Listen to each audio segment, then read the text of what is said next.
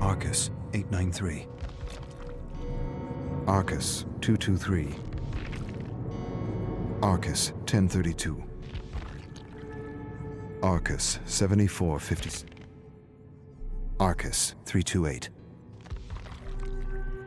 Arcus 7547. Arcus 3212. Arcus 345. Arcus 1043. Arcus 767.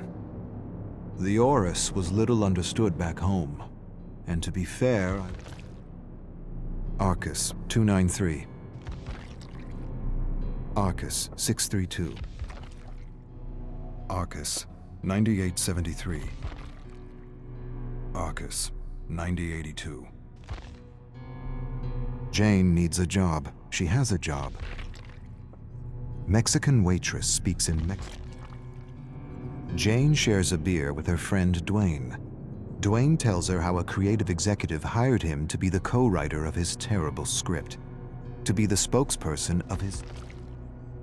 It's been months. She hasn't worked. No calls, no auditions, nothing. Jane's cell phone rings.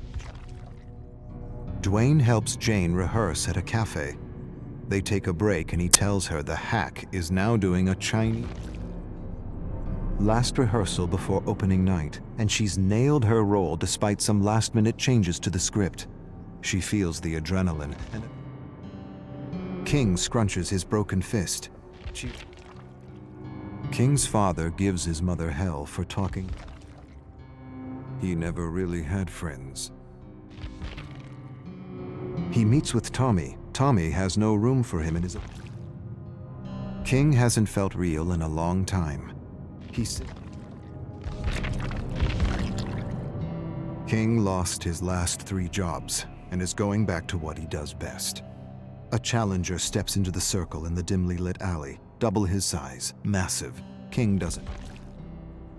King's getting the hang of working behind a bar. Donnie sips a beer and tells him he needs to find another reason to fight. King tells Donnie he needs to get home before the beer he's...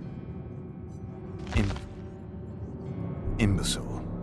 That's what he calls Professor Blanchard. The imbecile is choosing 2 students to lead a research assignment in an abandoned farmhouse. Carter knows he's going to be selected. Carter's leading the research assignment. Second day and nothing. Ridiculous limits. Skinner knew better. Put his own kid in some kind of a box for years just to see. Carter ties a student to a chair. Music blares.